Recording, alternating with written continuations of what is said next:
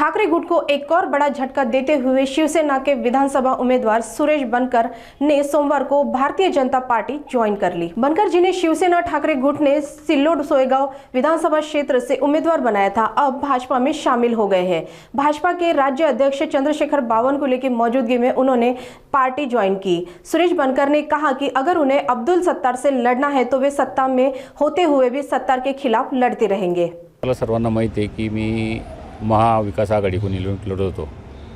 अवघ्या 1000 ते 1200 मतांना माझा पराभव झाला आणि अब्दुल सत्तार नावाचा माणूस तुम्हाला सर्वांना माहिती आहे की अब्दुल सत्तारनी दुबार नावं, बोगस नावं, जवळपास 25,000 नावं हे मतदारसंघात घुसवले। बोगस मतदान करून ते निवडून आलेले। खरं म्हणलं तर माझाच विजय तिथं झालेला आहे।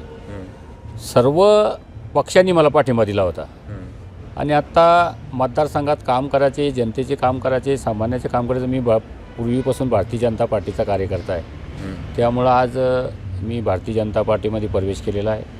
मला कोणाबद्दल त्यांच्याबद्दलही काही रोष नाही आहे। त्यांनी मला मनाचा मोठेपणा दाखवून उमेदवारी दिली होती, सर्वांनी मदत केली, पण आज इच्छा झाली की भारतीय जनता पार्टीमध्ये प्रवेश करावा, जनतेचे कामं, सामान्याचे कामं झाले पाहिजे, त्याच्यामुळे मी आज भारतीय जनता पार्टीमध्ये। आणि अब्दुल सत्तार हा हिंदू लोकांना त्रास देणारा आहे, व्यापारी लोकांना त्रास देणारा आहे, त्याला मुकाबला करण्यासाठी आपल्याला भारतीय जनता पार्टीमध्ये प्रवेश करा। असं आहे की मुकाबला कसं करणार तुम्ही, कारण तर तो तुमच्याच महायुतीत झाले ना, आता तुम्ही महायुतीचे घटक झाले। महायुतीत जरी असले तरी अब्दुल सत्तारचं नामचं सर्व जग जाहीर आहे, तुम्हाला सर्वांना माहिती आहे।